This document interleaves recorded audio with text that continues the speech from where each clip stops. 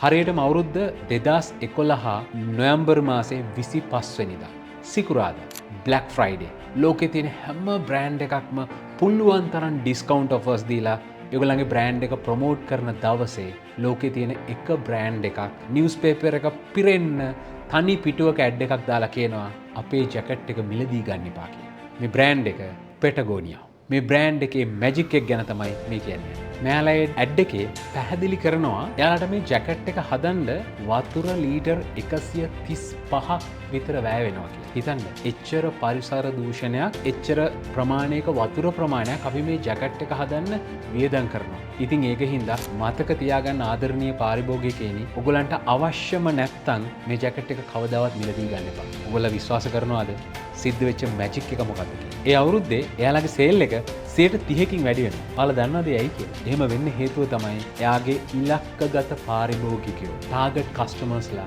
තේරුම් ගන්නවා. මෙයාලා බ්‍රෑන්ඩ් එකට වැඩි ඒගොල්ලන්ගේ ප්‍රතිපත්ති වලට ආදරේ. ඒගොල්ලෝ කැමති නෑ පරිසර දූෂණය කරන්න. එයාලා කැමති නෑ පරිසරයේ තියෙන එනර්ජි එක නාස්ති කරන්න. මේ දේවල් වලට ඒගොල්ලෝ කැමති නෑ. මෙන්න මේ විශ්වාසය පාරිභෝගිකයාට ගොඩ නැගෙන. ඇත්තටම කිව්වොත් බ්‍රෑන්ඩ් එක ගැන ලොකු ඔතෙන්සිටි එකක් මේ බ්‍රෑන්ඩ් එක ක්‍රියේට් කරගන්න. ඒකයි එයාලගේ සේල් එක 130%කින් වැඩි වෙන්නේ. මෙන්න මැජික් එක. බ්‍රෑන්ඩ්ස් වලට කරන්න පුළුවන් මැජික් එක මෙන්න මේක. කල්පනා කරන්න. ඔයාගේ බිස්නස් එකත් ඔයාගේ පාරිභෝගිකයාට මේ ඇත්ත කියනවාද? මොකද හේතුව ඔයා ඇත්ත කියනකොට පාරිභෝගිකයාට ගොඩක් ආදරේ.